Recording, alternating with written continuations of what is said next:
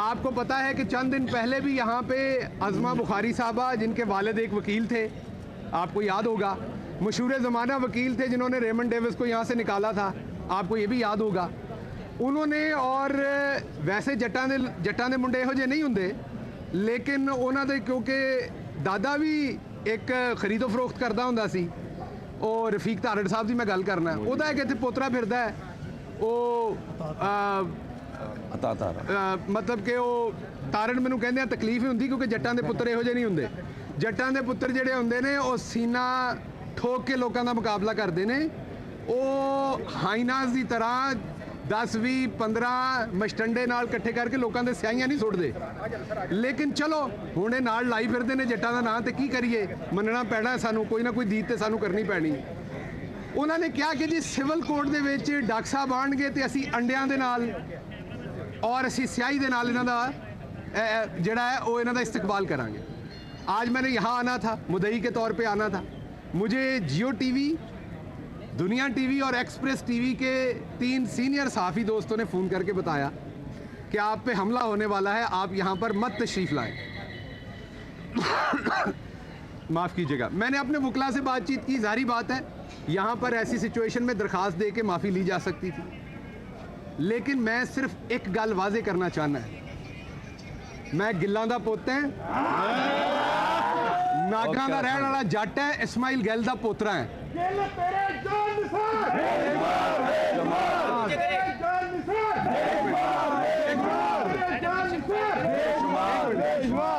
अंबरसर तो उठे सी 7 पिंड सन साडे, ते उत्थे डजकोट फैसलाबाद जाके 7 के 7 पिंड बैठे ने। ए जिड्डी तुहाडी पूरी सल्तनत है ना, मेरे 7 पिंड आ गए तो रुड़ जानी है।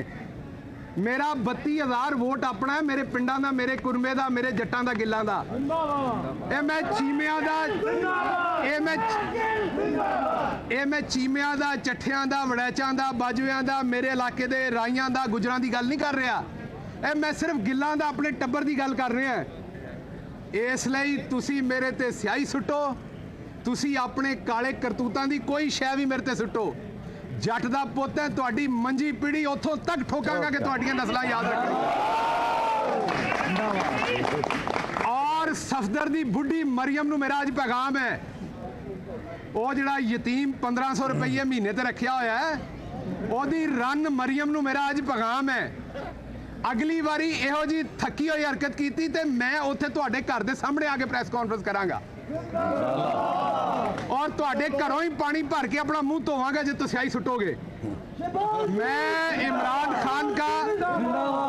इमरान खान का जानसार हूं। मैं पेशे दे एतबार नाल एक प्रोफेसर है ते कौम दे एतबार नाल गिल है।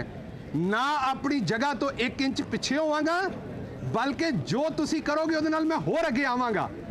अज तुसीं ये स्याही सुट्टी है या आंडे सुट्टे ने या तुसी अपने जो भी इत्थे डंडे देने ने, तुसी इत्थे गोली मारनी है मॉडल टाउन तरह, मैं पूरी हिक दे जोर दे नाल तुहाडे अगे खड़ा है।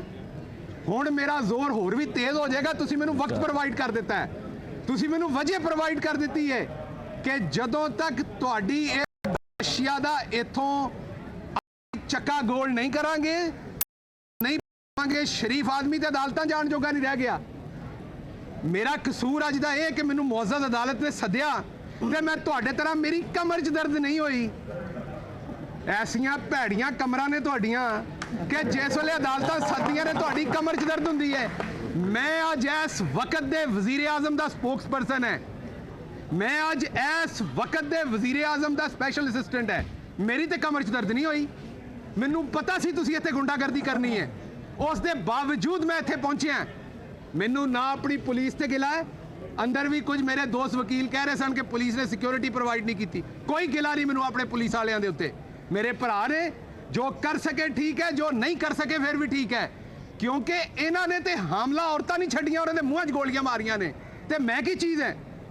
इस वास्ते एक गल मुस्लिम लीग नून अज तो बाद याद रखे, इन्हां ने एक काम किया है, लेकिन असी खानदानी लोग हैं। वो जड़ा उत्थे एक दसदा सी मैं पहाड़ का रहने वाला हूँ, एक थप्पड़ मारोगे तो 10 मारूंगा, असी ये काम नहीं करांगे। असी एक थप्पड़ दे 10 थप्पड़ नहीं मारांगे। असी इमरान खान दे फॉलोअर हैं। ओ मैं पहाड़ का रहने वाला हूँ, एक गाली दोगे 10 गालियां दूंगा।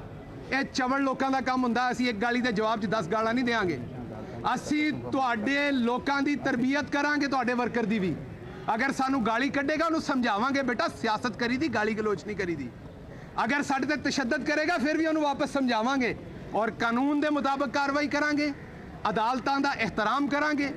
ਅਸੀਂ ਪਹਿਲੇ ਵੀ ਅਦਾਲਤਾਂ ਦਾ ਇਹਤਰਾਮ ਕਰ ਰਹੇ ਸਾਂ, ਅੱਜ ਵੀ ਕਰਾਂਗੇ, ਆਉਣ ਵਾਲੇ ਵਕਤ 'ਚ ਵੀ। ਮੈਨੂੰ ਬੇਸ਼ੱਕ ਸੁਪੀਰੀਅਰ ਜੁਡੀਸ਼ਰੀ ਬੁਲਾਏ, ਮੈਨੂੰ ਬੇਸ਼ੱਕ ਸੁਪਰੀਮ ਕੋਰਟ, ਮੁਅੱਜ਼ਜ਼ ਹਾਈ ਕੋर्ट या कोई सिविल जज बुलाए या कोई मजिस्ट्रेट बुलाए, अल्लाह के हुक्म नाल ना कमर च दर्द होएगी, ना मैं कोई बहाने बढ़ावांगे ते ना मैनू बख्तरबंद गड्डी दे विच दर्द होएगी, तकलीफ होएगी।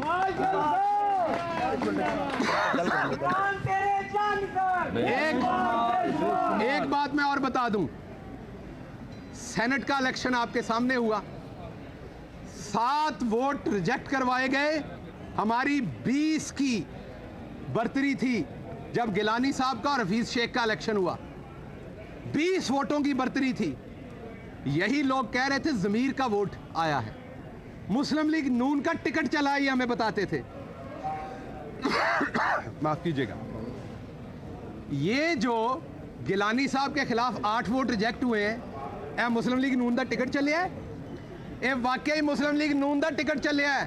हुण आपस च लड़ रहे ने, मेरे को व्हाट्सएप कॉल है, चंद दिनों रिलीज़ करांगा।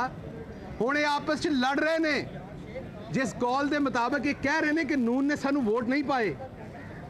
ये एक अशराफिया जिहड़ी बदमाशिया सी लुट मारन वास्ते वो इकट्ठे होए ने और अपनी चोरी बचाने लिए इकट्ठे हुए ने। बाकी इन्हां च कोई पोलिटिकल इकट्ठे होने वाली वजह नहीं है। अब आप देखेंगे माफ कीजिएगा, अब आप देखेंगे आने वाले वक्त में ये एक दूसरे को जूते भी मारेंगे, एक दूसरे से लड़ेंगे भी और गाली गलौज भी करेंगे, क्योंकि कप्तान ने इनका हमेशा के लिए इनकी सियासत उस दिन जब यूसुफ रजा गिलानी को वहां से हरा के वापस मुल्तान पार्सल किया है, इनको हमेशा के लिए उस दिन दफन कर दिया। ते सफदरदी बुढ़ी आस्ते साडा पैगाम है कि आपने अपने वर्कर को इश्तियाल दिया था उस दिन कि हम बदला लेंगे। आपने आज मेरे पे हमला करवाया, 100 दफ़ा करवाएं। मैं अपने वर्कर को ये कहूँगा, कभी भी आपके सामने मुस्लिम लीग नून का कोई शख्स आए, वो अदालत में आए, वो कहीं आपको पब्लिक में मिले, आपने इखलाकियात का दामन हाथ से नहीं छोड़ना। आपने किसी सूरत गिरी हुई गैर इखलाकी हरकत नहीं करनी। उसकी वजह क्या है? आपका जो लीडर है उसका नाम इमरान खान है और इनका जो लीडर है वो है जो मुल्क को गंदी गालियां देता है। वो नवाज शरीफ से ये काम शुरू हुआ ते आके जड़ियां स्टपनियां ने इन्हां दियां जवेल लतीफ वर्गियां, जिन्होंने घर कोई दूसरी बारी मंगण दे उत्ते सालन ना देवे। वेखो चवल भी मुल्क के खिलाफ बयान दे रहे हैं, वो कह रहे हैं पाकिस्तान जिंदाबाद का नारा नहीं लावांगा। और मूर्खा तेनों किसी ने शेखुपुरे तो नहीं निकल देना घरों बाहर, ते तू पाकिस्तान के खिलाफ नारे लाने की गल कर रहे हैं। इसलिए इन्हां चो चंद लोग जिन्हां दियां झूठ बोल बोल के कलमा सफेद हो गई ने, वेखो उन्हां चो जवेल लतीफ भी एक चीज़ है। मैं इनको एक बात सिर्फ वाजे कर देना चाहता हूं, पाकिस्तान तुहाडे प्यो दा नहीं है। पाकिस्तान साडे दादे बाबियां ने हिजरत करके अपनियां मावां भैणां दे गाटे उतरवा के अपनी जमीन, मेरी दादी उस वेले आलू पालक बना रही सी जिस वेले पाकिस्तान बनदा ऐलान होया ते हांडी पकदी चुल्हे ते छड्ड के आ गई सी। इत्थे असी अपने बड़े भरे हुए घर, अपने डंगर, अपने वेलने चलते हुए छड्ड के आ गए सां। पाकिस्तान असी अपने खून नाल बनाया होया है। तुसी पाकिस्तान जिंदाबाद दा नारा लाओ या ना लाओ, साडे खून दा एक एक कतरा पाकिस्तान जिंदाबाद दा नारा लाएगा इंशाअल्लाह। और मुस्लिम लीग नून दा वोटर भी पाकिस्तान वास्ते जान कुर्बान करने को तैयार होएगा। ये जड़े चंद घटिया लोग ने माफ कीजिएगा, ये जड़े चंद घटिया लोग ने, इन्हां पाकिस्तान मुखालिफ जड़ियां गल्लां ने, उन्हां दे नाल पाकिस्तान नूं कोई फर्क नहीं पैण वाला। पानी देना। अच्छा एक सेकंड। पाकिस्तान जिंदाबाद, पीटीआई जिंदाबाद। इसलिए आखिरी बात कर रहा हूं, सियासत करें। आपको आल दो कि सियासत नहीं आती, आप एस्टेब्लिशमेंट की पनीरी में से निकले थे। आपने इस शहर में आबिद बॉक्सर जैसे लोगों के थ्रू गुंडागर्दी की, आपने पुलिस मुकाबले में हजारों लोगों को मरवाया, गुल्लू भट्टों के थ्रू आपने लोगों को डराया। मुझे मशवरा दिया गया यहां से केस ट्रांसफर करा लें पिंडी में, नहीं कराऊंगा। यहीं पे जो केस होगा उसको यहीं पे फेस करूंगा, बार बार आऊंगा। हमें अदालतों पे भी इतमाद है, हमें अपने अवाम पे भी इतमाद है। ਤੁਹਾਡੇ ਕੋਲੋਂ जिन्ना जोर लाया जाता है, जो ਹੁੰਦਾ है, जो पुटिया जाता है, जे मेरा ਤੁਹਾਨੂੰ चैलेंज है वो पुट लो। ये फरमाइएगा कि इस्लामाबाद में मुसद्दक मलिक के ऊपर पीटीआई उनका मौका है, पीटीआई के कारकुनों ने हमला किया, यहाँ पर आपका हो गया। आप नहीं समझते कि ये मामला जो पॉलिटिकल है, ये डायलॉग की सूरत हाल से निकल अब हाथापाई की तरफ जा रहा है, ये मजीद आइंदा दिन में मजीद एडवर्स सिचुएशन इख्तियार करता है? देखिए, दो बातें ज़हन में रखें। इस्लामाबाद में सब लोगों को पता था कि पाकिस्तान तहरीक इंसाफ के जो कारकुन हैं वो बाहर जमा हो रहे हैं। आपको पता था, टॉप ट्रेंड था पाकिस्तान। डी चौक, जो डी चौक को जानता है वो जानता है कि जितनी दूर वो मीनार है उतनी दूर पार्लियामेंट है डी चौक से, और उतनी दूर दूसरी तरफ पार्लियामेंट लॉजेज है।